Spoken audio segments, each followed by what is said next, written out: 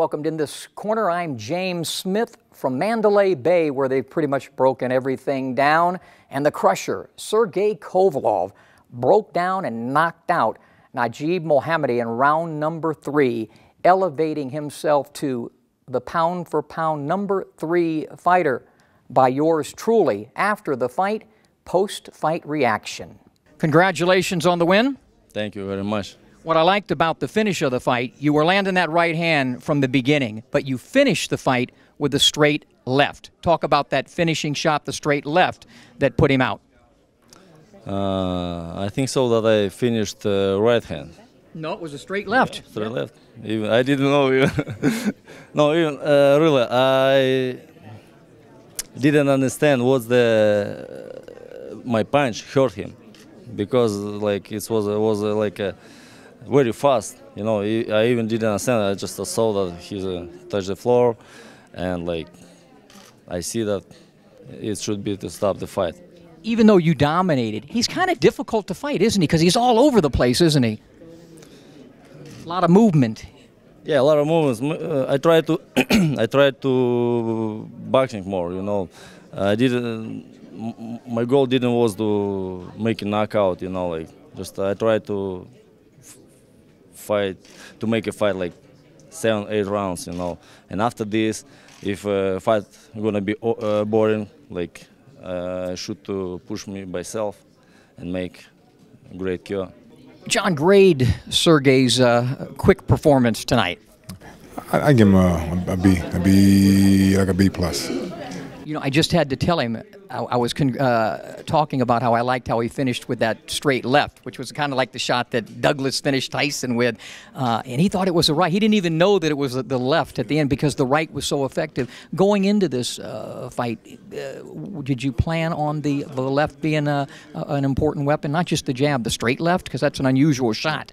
No, believe it or not, we worked on that combination. You jab, right hand, and you come back with a stiff left jab, and you push it. And we worked on that, so I guess tonight he's seen the opening and made it work for him.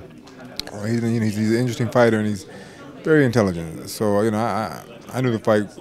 I thought it might end in the first round, but the one thing that he didn't do was he became too over-anxious and started pushing the kid down. He just got too, he wanted to knock out so bad, he started doing things that he shouldn't have done. And he might have got the first round knockout, but overall, the performance was good, could have been better. That's why I got to be minus because of the pushing and grabbing the first round. But the straight left jab was something that we worked on. He kind of like a stabbing punch, stabbing.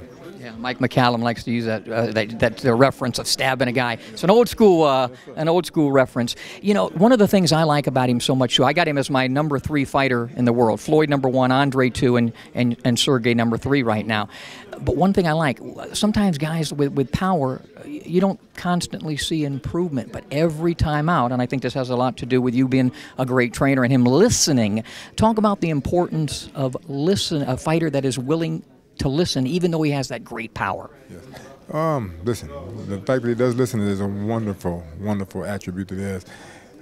You know, a lot of fighters get above themselves and don't want to get better, but Sergey definitely wants to become better than what he is now. And the only way you can do that is if you listen and you learn more than what you know so far.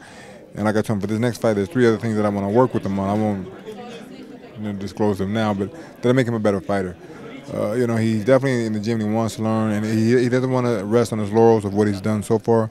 He wants the BC title, and then he wants to be unified world champion, undisputed.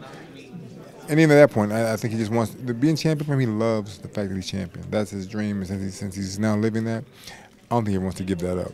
So that allows the hunger to stay in him, and it allows him to keep learning and learning and learning with each and every passing fight. Now, you don't want to give those things up. Would one of those things perhaps be patience, though?